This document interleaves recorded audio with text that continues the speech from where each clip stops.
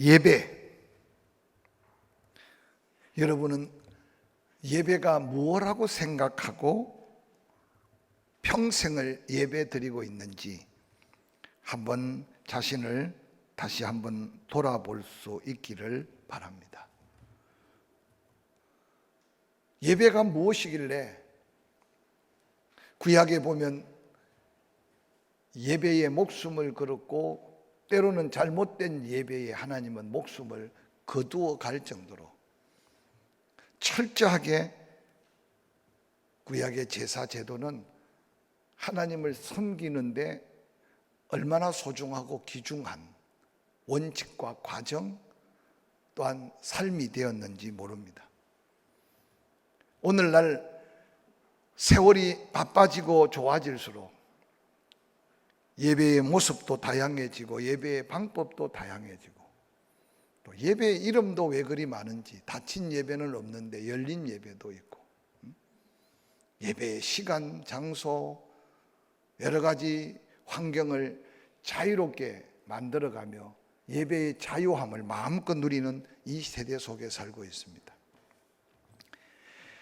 과연 하나님께서 우리에게 예배라고 하는 소중한 은혜를 주시면서 예배하게 하심의 중요한 이유가 무엇인가를 깨달을 때 우리는 어떤 상황 속에 예배하든 간에 하나님과 온전한 교통의 은혜를 누리게 될 수 있음을 먼저 기억하시기를 바랍니다.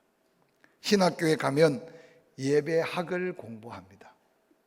그래서 학문적으로 예배에 대해서, 그래서 예배학에 시험을 보면 꼭 시험 문제가 나오는 게 예배가 무엇인지 정의해라.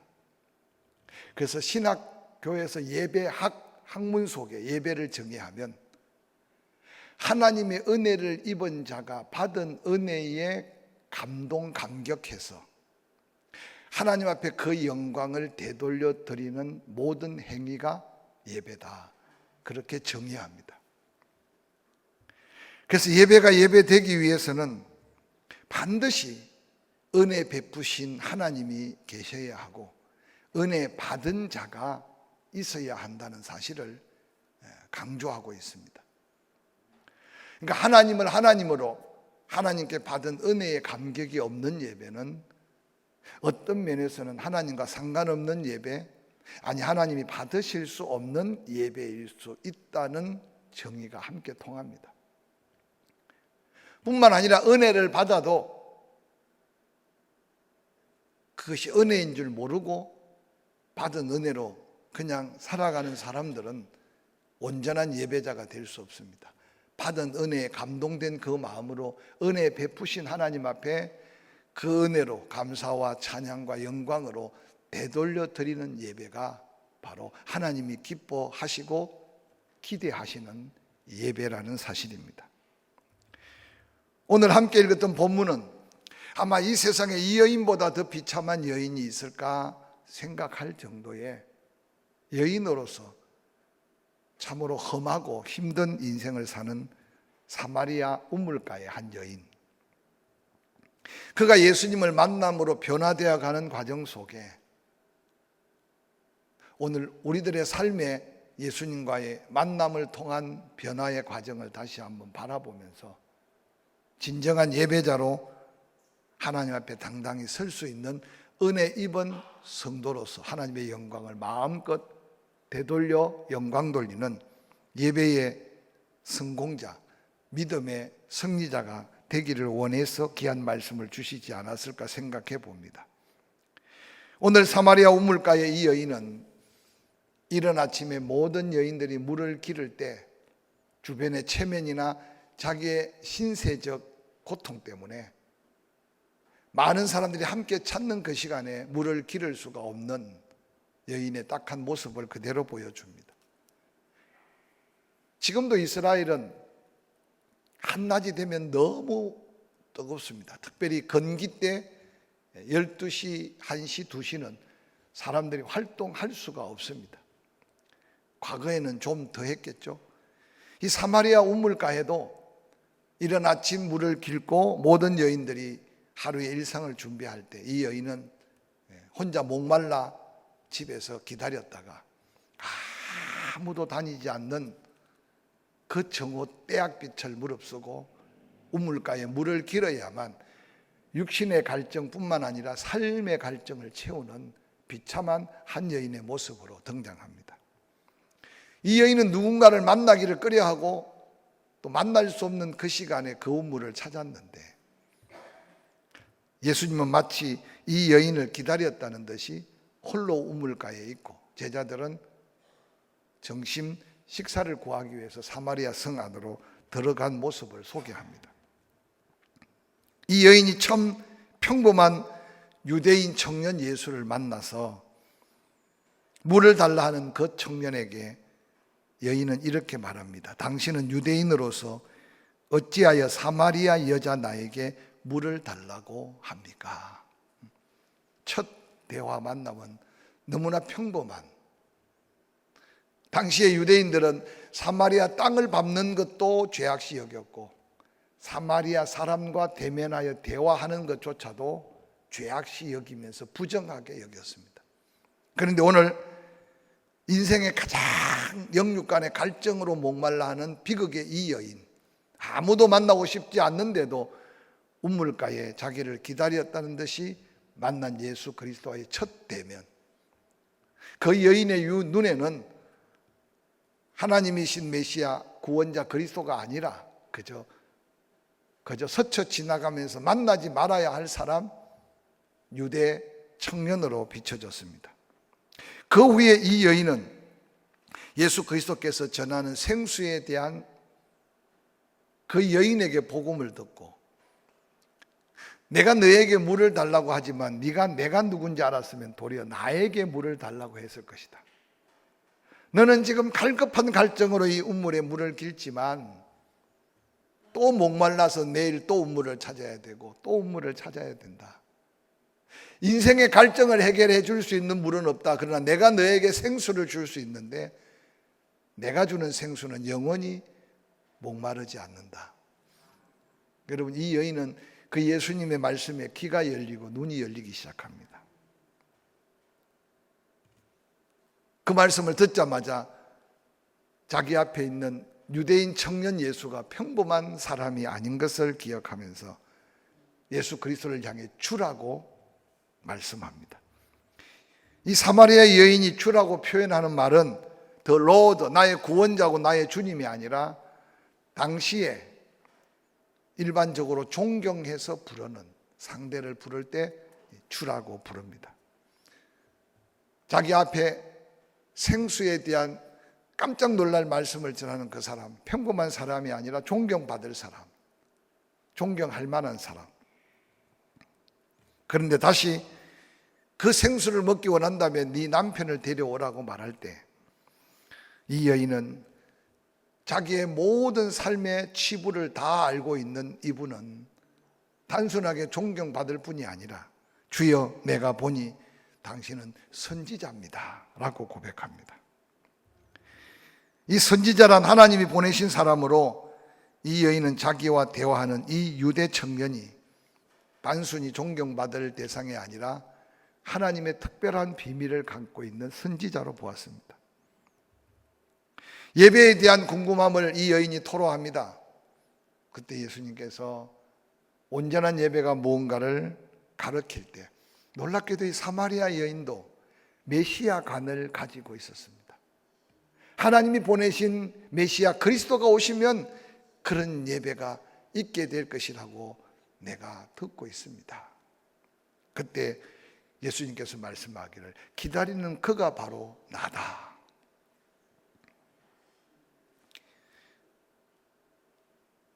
예수 그리스도가, 아니 자기 앞에 대화하는 그분이 바로 그렇게 기다렸던 메시아 구원자가 되신 그리스도이심을 듣자마자 이 여인은 물동이를 버려두고 동네를 향하며 외쳤던 말이 나의 행한 모든 일을 내게 말한 이 사람을 와보라. 이분이 그리스도다 라고 외치고 있는 이 모습은 한 여인이 예수 그리스도를 만나 놀라운 구원의 은혜를 덧입어가는 과정을 세밀하게 소개하고 있는 말씀입니다. 그래서 전도학 교수들은 예수님의 전도의 시범 모델을 바로 사마리아 우물가의 이 여인과의 만남, 대화, 그리고 마지막 그가 영접하며 고백하게 하는 이 고백을 통해 온전한 구원의 은혜를 함께 나누는 방법으로 사용하기도 합니다. 오늘 이 사마리아 여인이 예수를 만나 대화하며 그 말씀 앞에서 조금씩 마음 문이 열리고 조금씩 예수 그리스도를 알아가는 모습을 통해 오늘 우리에게 주는 영적인 교훈과 도전은 뭘까요? 예수님의 특별한 어떤 표적이나 이적이 아니라 예수님 입의 말씀 한마디 한마디가 이 여인의 마음 문을 열기 시작했고, 예수님의 입의 말씀 하나하나가 이 여인의 심령에 놀라운 구원의 감격으로 일어나 잘못된 예배관, 잘못된 신앙관, 잘못된 삶의 모든 것을 한꺼번에 회복시키는 놀라운 역사를 이루었습니다. 오늘 이 여인을 만나주신 예수 그리스도께서 우리에게 말씀으로 오셨고, 우리는 그 말씀을 손에 들고 읽을 때 마음에 담기고 들릴 때 그 말씀이 믿음이 되는, 우리는 말씀을 듣고 있고 보고 있고 받고 있습니다. 예수 그리스도께서 그 여인에게 말씀하시기를 하나님은 영이시니 예배하는 자가 영과 진정으로 예배하라, 진리로 예배하라고 하는 이 말씀은 오늘 사는 우리에게도 엄청난 도전의 메시지임을 다시 한번 기억해 가면서 평생 예배 드려야 할 텐데, 하나님이 우리가 예배할 때마다 기뻐하시고 영광 받으실 그런 예배자로 하나님 앞에 설 수 있기를 주의 이름으로 간절히 축원합니다.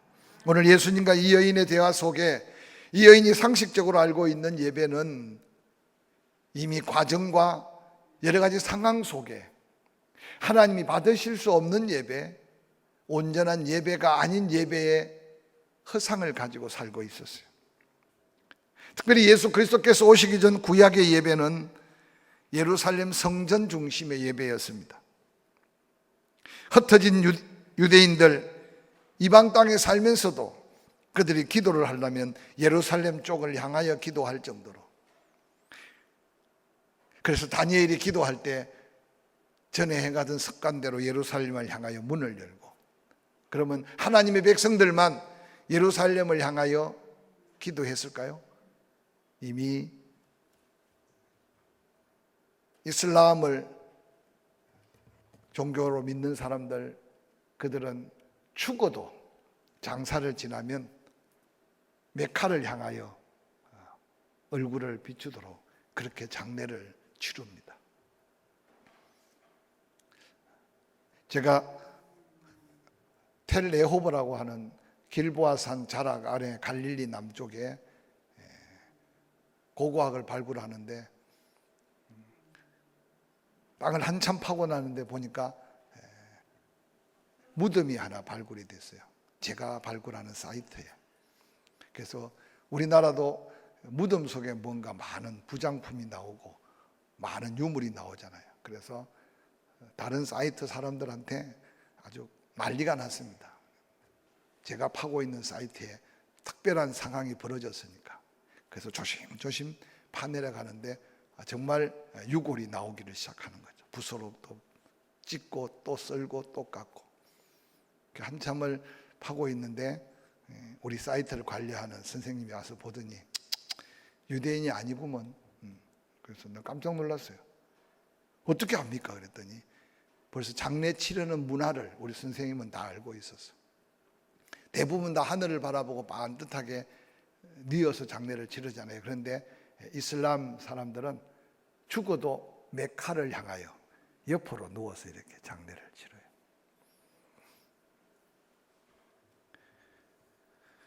예루살렘 성전 장소와 그 땅의 방향이 예배의 중요한 한 요소가 될 수 있었던 구약.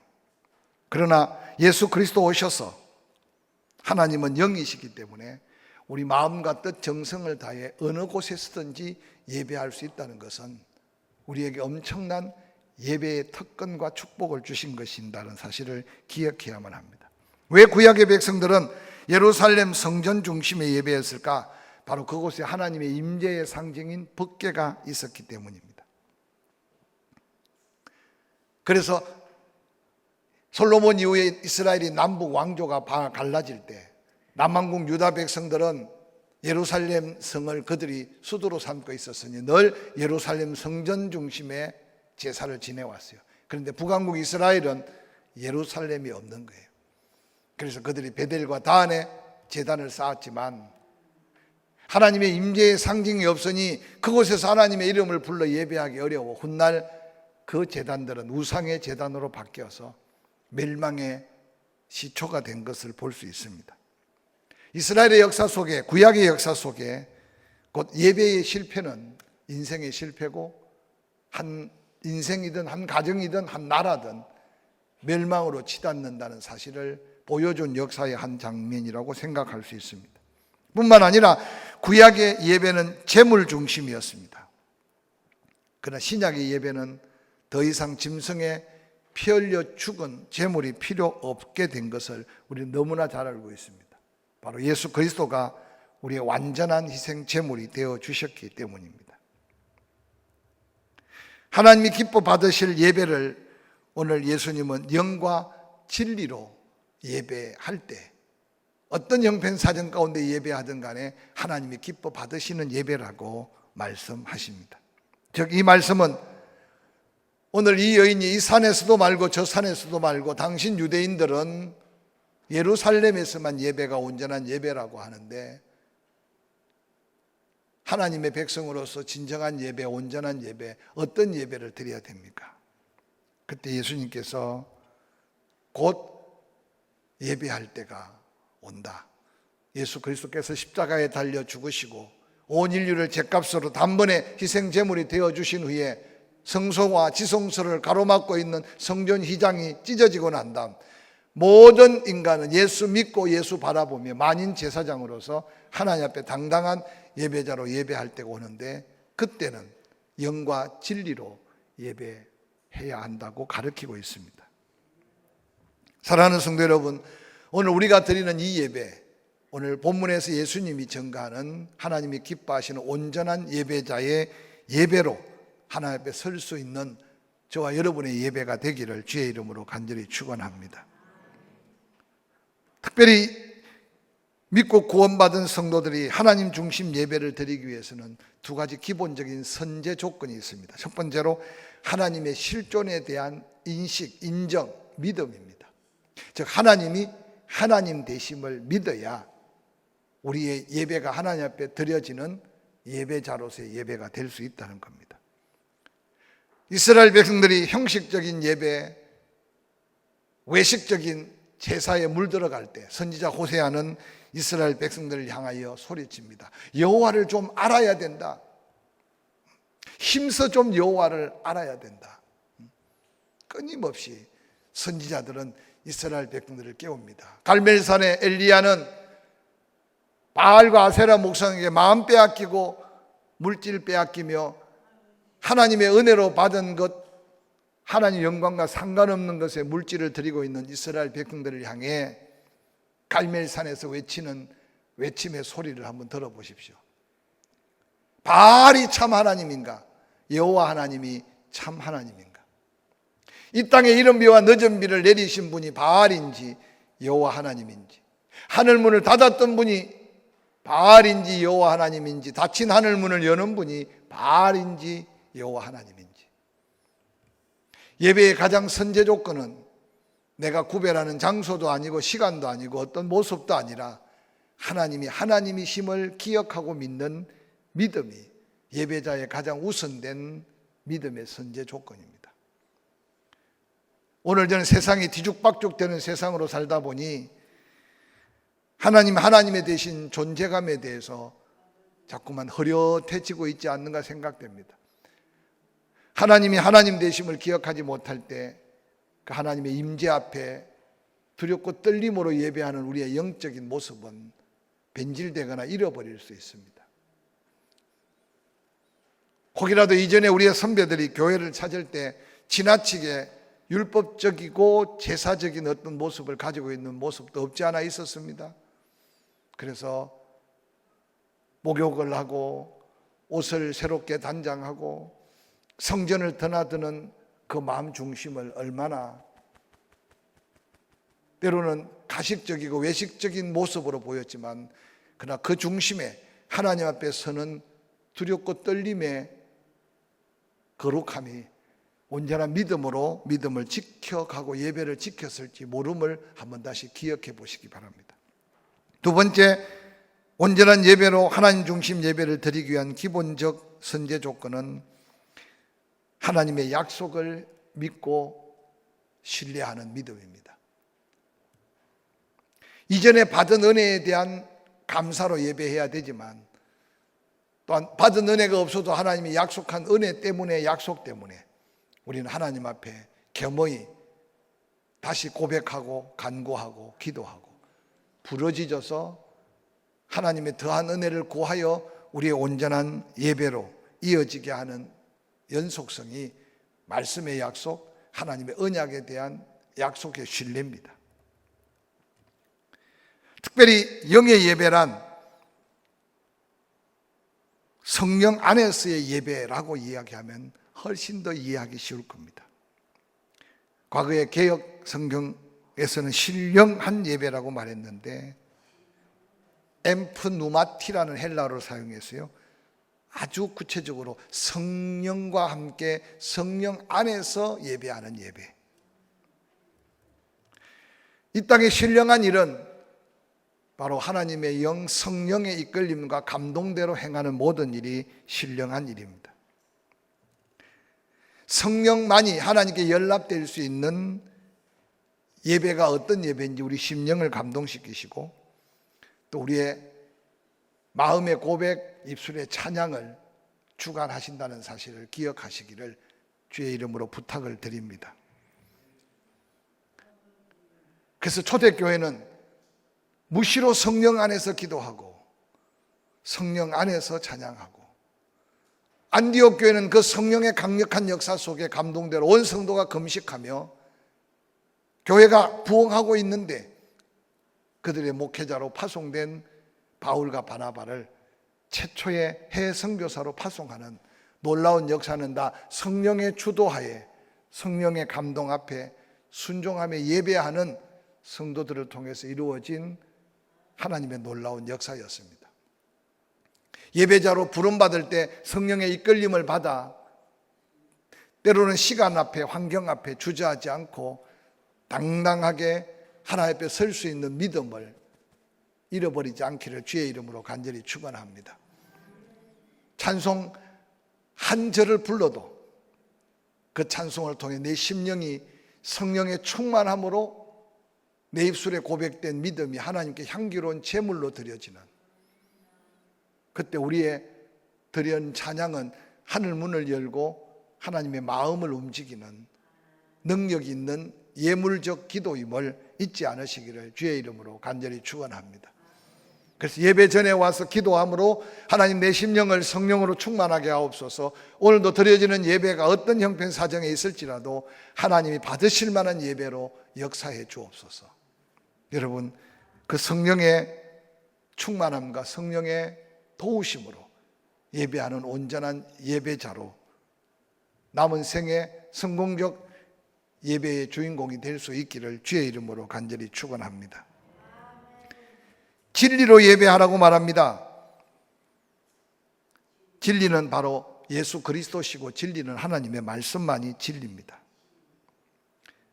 하나님께 온전한 예배로 드리기 위해 말씀을 믿고 그 말씀에 근거한 신뢰적 확신으로 예배하는 겁니다.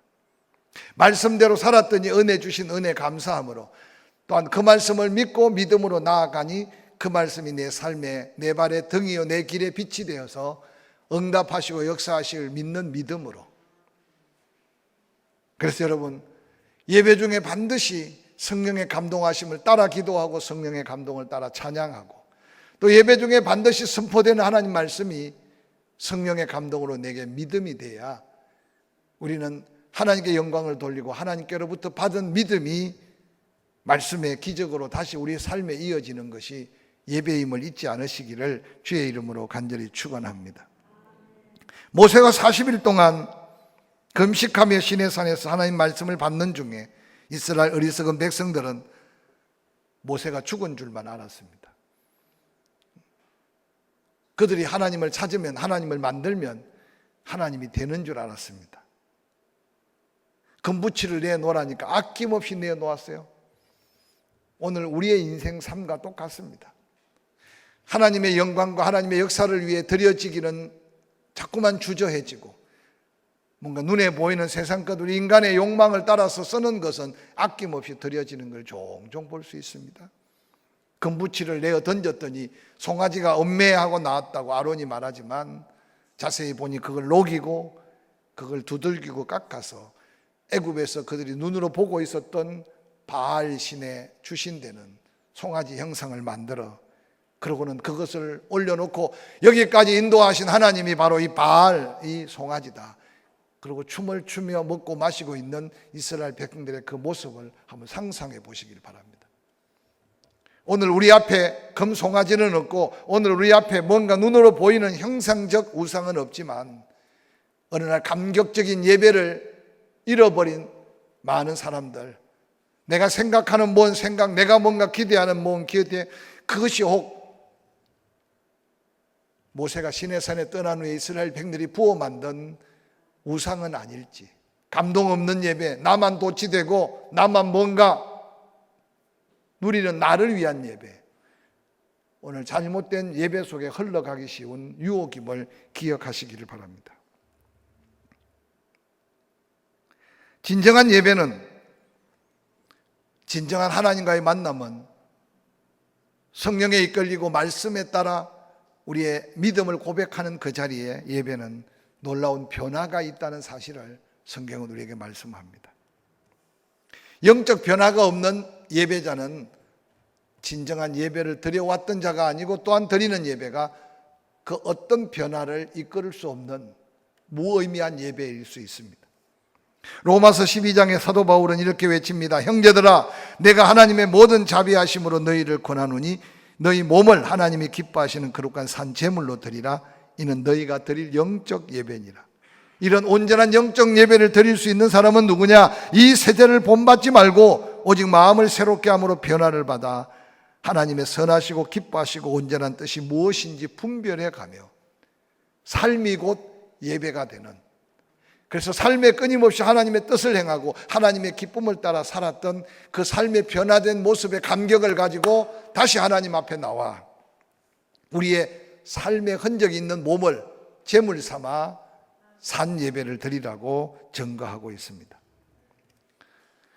그래서 예배라는 말이 헬라어 단어로 라트레이아라는 단어를 사용하고 있는데, 단순하게 손 모아서 기도하는 게 예배가 아니라 예배는 봉사한다, 섬긴다라는 원어적 단어에서 예배라는 말을 따왔습니다. 희생이 있는 예배, 헌신이 있는 예배, 수고가 있는 예배, 섬김이 있는 예배.